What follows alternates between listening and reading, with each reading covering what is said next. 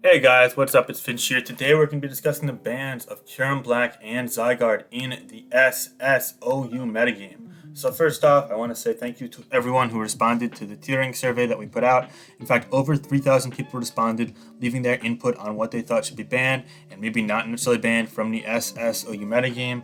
And it's still open if you guys want to respond. This is definitely not like all there is to it. We're actually going to be hopefully posting the results or rough results from the survey in the coming days, perhaps even later this week. So stay tuned for that, and maybe I'll make a video on that if you guys would like. Let me know in the comments below, just to see what everyone is thinking about the metagame. But also, a lot of people from specific demographics, a lot of ladder players, a lot of tournament players, and then a lot of people that are just new to the tier responded. And I think that hearing from every single demographic is of the utmost importance. So glad, and I mean, personally, I sat down and I read over 1,500 different responses, albeit a lot of these responses are just, numbers of 1 through 5, and then maybe just like a 3-word or a 1-sentence, explanation of what they think on things in one of the open-ended questions. But still, just going through the data and really trying to figure out stuff was something that was really cool. A lot of names I've heard of before responded. Some names I hadn't heard of before responded, and getting to know those perspectives was huge. I can't speak for how much the other people on council have quite yet read through the responses, but I can say that we've all looked at the sheer numbers and data, and we drew a couple conclusions. First off, that Kyurem-Black should be banned, and second off, that Zygarde should be banned from SSOU effective immediately. Both of these were already popularly held opinions from people on the council. We were virtually unanimous on Kyurem-Black, and I think we were almost unanimous on Zygarde. It was kind of one of the people maybe a bit less supportive of Zygarde being banned as opposed to Kyurem-Black, but no one was really strongly objecting to it, if that makes sense. In the survey, Zygarde actually received a bit more support from the general public than Kyurem-Black. However, once you specifically honed it down to more people who had high marks on the ladder, high achievement on the ladder, or in tournaments, a lot more people supported Kyurem-Black, but still Zygarde was a popular ban subject as well. Ultimately, the consensus among both demographics and the council was that Kyurem-Black and Zygarde should be banned. But we're going to use this video to explain why these Pokemon might have been a bit too much for the SSOU metagame, and go into what they did in the metagame that made them to be too much for the metagame, if that makes sense. So, first off, I want to say again, thank you to everybody for responding to the survey, and here are the results. So, or here's a summation of like kind of our belief in the results, if that makes sense. So, Kyurem-Black, was back in black for the release of Crown Tundra, coming off of being quick banned promptly after it was released from Pokemon Home earlier this year. Now, Kyurem-Black, as you know, already has an extraordinary 170 base attack, and a special attack, and like gained access to some things as well. Dragon Dance and Icicle Sphere, in particular, as attacking and setup moves that can really put it over the top as is, and then you realize, oh crap, it also has access to heavy-duty boots, so not even taking Stealth Rock or Spike or Toxic Spike damage upon entry. Kyurem-Black is able to take advantage of these things very well. It finds many setup opportunities due to 125, 190 bulk, and on top of all of that, I mean, if you don't have an actual checker counter to it, you don't have a Buzzwole, a Melmetal, maybe a bulky Magearna or Magnezone, then odds are you're going to really struggle against it.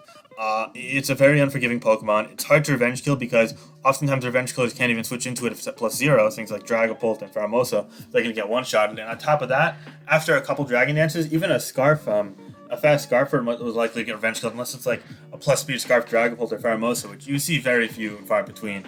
With that said, it is revenge killable and it is checkable. Things like Scarf Dragapult can even revenge kill it from behind a substitute thanks to Infiltrator, and Pokemon like Melmetal, Buzzwole, Magearna, and Magnezone, as well as some other more fringe steel types like Obalion and Jirachi, are capable of handling it.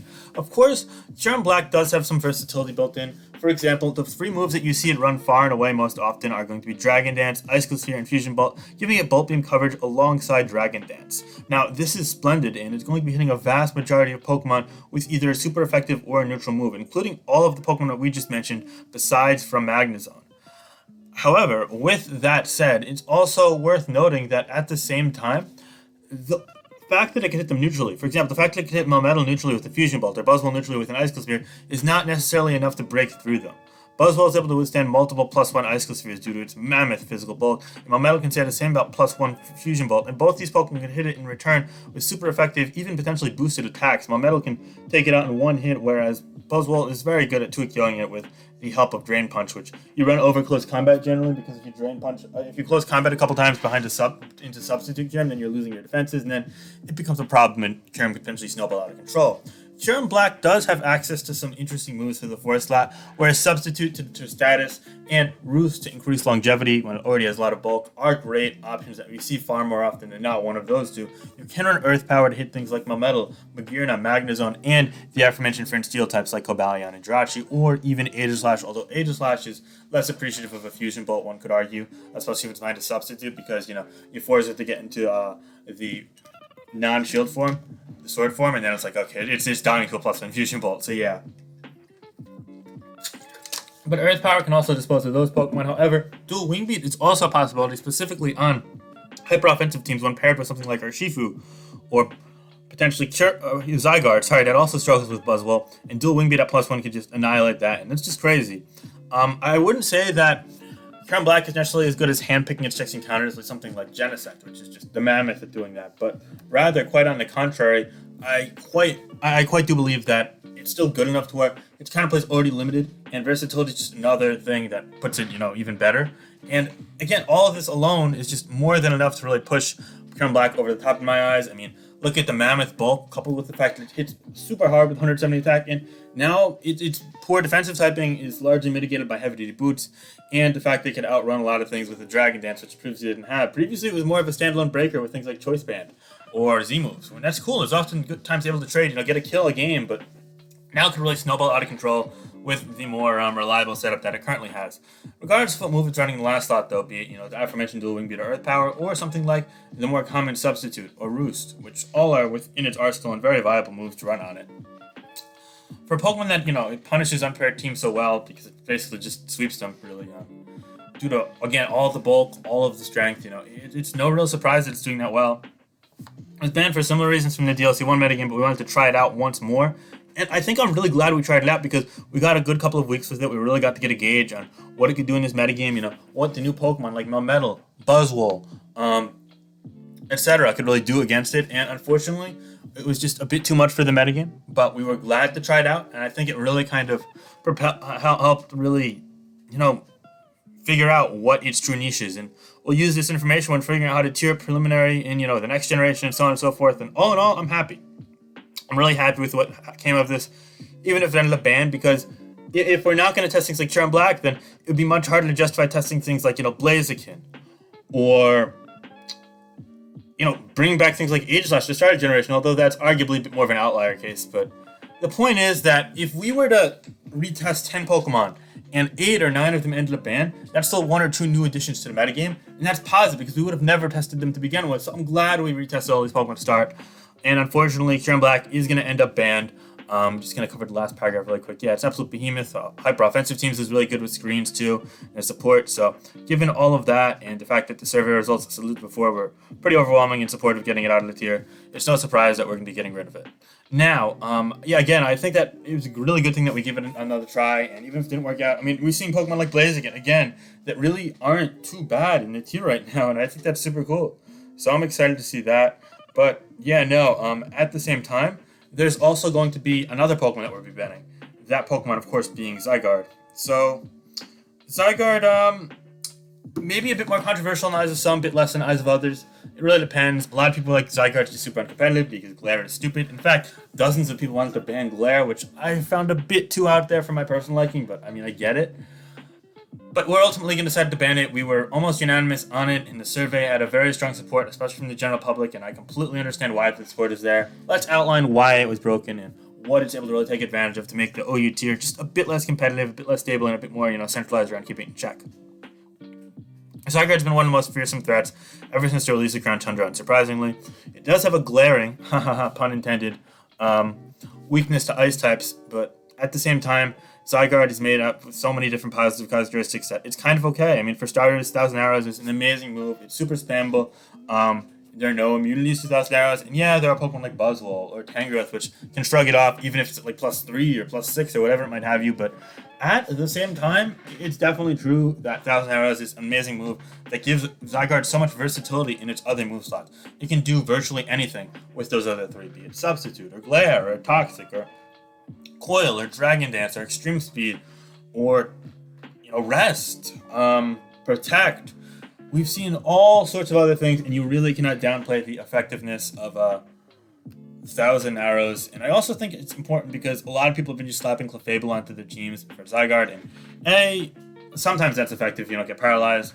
But B, I feel like it's one of the main reasons why things like Clefable and Buzzwole have absolutely risen to prominence in virtual staple status, especially a Buzzwole on specific balance teams. And decentralizing that a bit, giving maybe a bit less reason to use those on every team is probably something that's for the better, so that's cool as well. But anyway, perhaps what makes Zygarde such a distinguished presence in the current metagame is the fact that it takes advantage of all those move slots opening. Again, all these setup options, all the status options, because, for example, you might want to glare something like Clefable, or Toxic something like Buzzwole or Tangrowth, and it lets you kind of handpick what you can check and counter. Almost like a mini Genesect in a bit more of a finesse, a bit more of a defensive or utility-oriented way as opposed to just outright offensive breaking power. And I'm glad it took a little longer for us to decide on Zygarde because it's a bit less straightforward to something like Genesect, in that it definitely has the versatility. It definitely has the ability to take advantage of a fully fledged move pool like Genesect, but it does so over a bit longer of a time period. You have to do it a bit more strategically and time your Zygarde usage and pick your set a bit more, intelligently. And it definitely ultimately comes to a similar verdict that it's broken.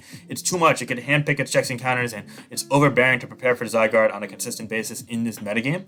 But with that said, I do believe that Zygarde wasn't quite up there with something like Genesect or even Landorus I, but rather it's, in that next year. And that's why we banned it in this wave. And I think that the player base largely supported that, given the response to the survey and all of the positive feedback we've heard thus far.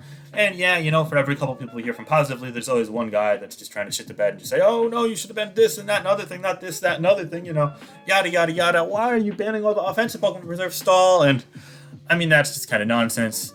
But hey, it's fine. I'm really happy with where we are in the metagame now, and I'm going to be discussing that more in other videos. But for now, let's get back to Zygarde. There are a lot of different teams you could use Zygarde on. You could use it on balance, you could use it on bulky offense, you could use it on hyper offense. And on top of all those setup sets it also has access to more offensive sets, such as Choice Banded with 1,000 arrows, being very spammy. You can run Scale Shatter Outrage, Extreme Speed, and then whatever the hell you want in the last slot. You do you.